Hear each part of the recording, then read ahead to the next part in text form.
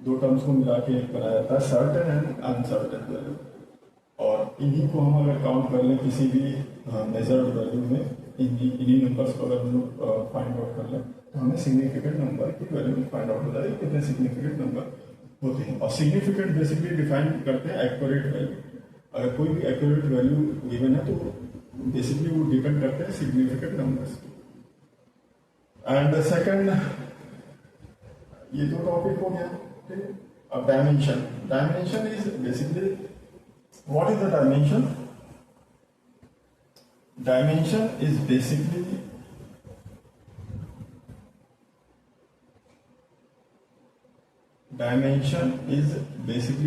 the representation of any physical quantity, and here some base physical quantity are given. कुछ base physical quantities यहाँ पे मैंने लिखा हुआ है, और उसका नोटिफिकेशन, उसको डिनोट कैसे करते हैं as a dimension which are given here.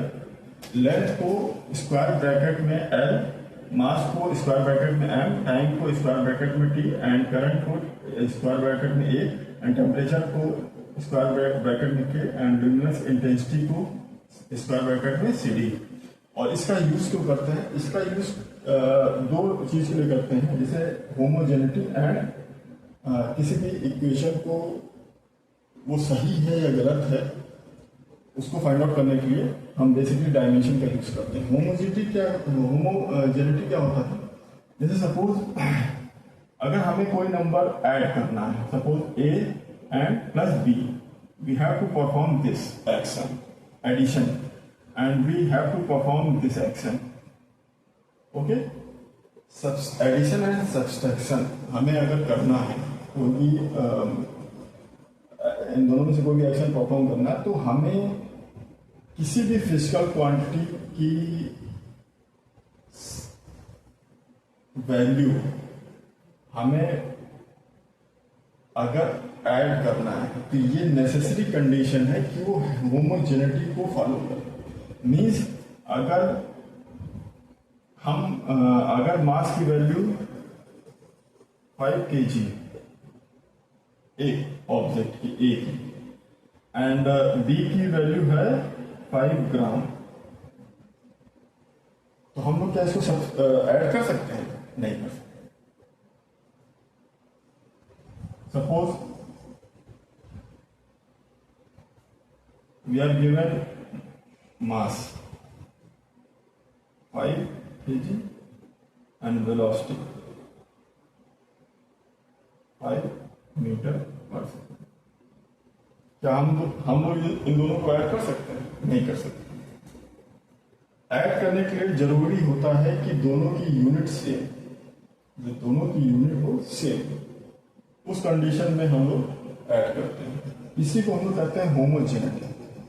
Homogeneity basically और किसी भी यूनिट सिस्टम को, लाइक सपोज करिए mass is 5 kilogram which is denoted as kg, which is denoted as m, which dimension के से अगर रिप्रेजेंट करेंगे इस मास को, तो this is mass.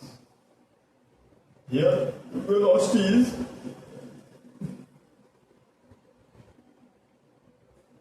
meter per second, which is meter length इसमें L एंड सेकेंड को टाइम माइनस। इसको हम ऐसे लिख सकते हैं L स्क्वायर ब्रैकेट के अंदर -1 भी लिख सकते हैं, स्क्वायर ब्रैकेट के बाहर भी -1 लिख सकते हैं। ठीक, दिस। तो अब अगर हम कहें कि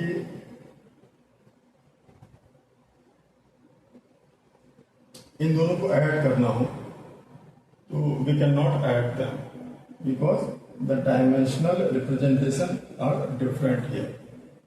ओके, इन दोनों को ऐड कर सकते हैं। ऐड मतलब मेरा ये कहने का मतलब है कि जैसे इन दोनों को अगर इस तरीके से ऐड करना हो तो ऐड नहीं कर किया सकता, इसको हम फर्स्ट केजी में कन्वर्ट करेंगे। Mainly the concept behind this is this, mass and velocity को हम लोग ऐड नहीं कर सकते क्योंकि इसका डायमेंशनल रिप्रेजेंटेशन डिफरेंट है। और ये रिप्रेजेंटेशन को कैसे डिफाइन करेंगे, zero dimension of length, okay, this is known as, this is written as also zero dimension of length. और इसको क्या कहेंगे, this is zero dimension of length, and इसको कहेंगे -1 डायमेंशन ऑफ टाइम। इसको ऐसे कहेंगे, या इसको अपॉन में लिख के कह सकते हैं कि zero dimension of time, okay. तो इस तरीके से रिप्रेजेंटेशन होता है। ये हो गया होमोजेनिटी। किसी भी यूनिट किसी भी वैल्यू को अगर हम ऐड करते हैं, किसी फिजिकल क्वांटिटी की वैल्यू को ऐड करते हैं, तो ये नेसेसरी कंडीशन होता है कि दोनों की यूनिट सेम होनी चाहिए, तभी हम ऐड और सब्सट्रैक्ट कर सकते हैं। एडिशन और सब्सट्रैक्शन के कंडीशन में ही ये फॉलो होता है। And LHS RHS, suppose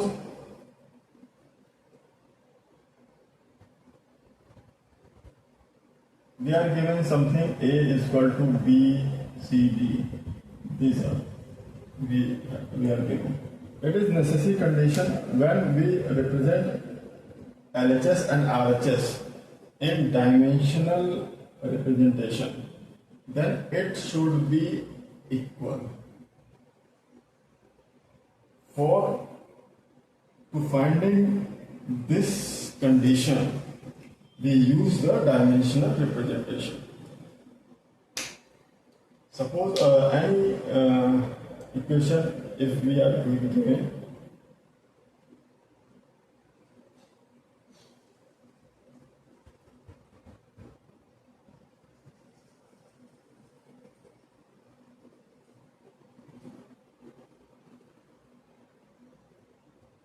and if any equation we are given like A is equal to B and C and D, सभी को हम डायमेंशनली रिप्रेजेंट करेंगे in terms of base quantity, and LHS को और RHS को, left hand side को और right hand side को हम रिप्रेजेंट करेंगे डायमेंशनली, डायमेंशन फॉर्म में, like this.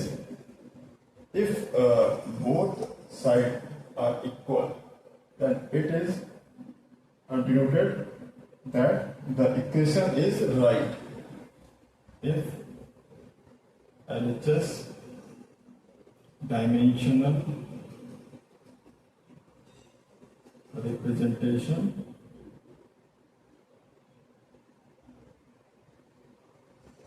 is equal to RHS dimensional representation, then equation is right. Otherwise it is not right. अगर dimensional representation of left hand side and dimensional representation of right hand side both are same, then the equation is right, otherwise it is not right. That is the use of dimensional representation. That is the use of dimensional representation. तो यही सारे topic हैं जिसको मैंने इस video में cover कर लिया है। और मैं आप लोग से कहना चाहूँगा कि अगर आप लोग को मेरी क्लास अटेंड करनी है या पर्सनल ग्रुप में क्लास अटेंड करनी है या कोई पर्टिकुलर टॉपिक पढ़ना है या थ्योरेटिकल पार्ट मैं यहाँ पे समझा ही दे रहा हूँ, कॉन्सेप्ट को क्लियर कर दे रहा हूँ। न्यूमेरिकल पार्ट्स जो हैं वो मैं जब मैं क्लास लेता हूँ तो उसमें सारी चीज़ें मैं अच्छे तरीके से समझाता हूँ। तो अगर आपको कुछ ज्वाइन करना है तो मैंने लिंक दिया हुआ है अपने चैनल पे व्हाट्सएप ग्रुप पे, तो उसको आप कनेक्ट करिए, उससे आप कनेक्ट करिए तो सारी चीज़ें और आपको पता चलेंगी ट्रू वर्ड्स क्लासेस के बारे में। Okay, thank you.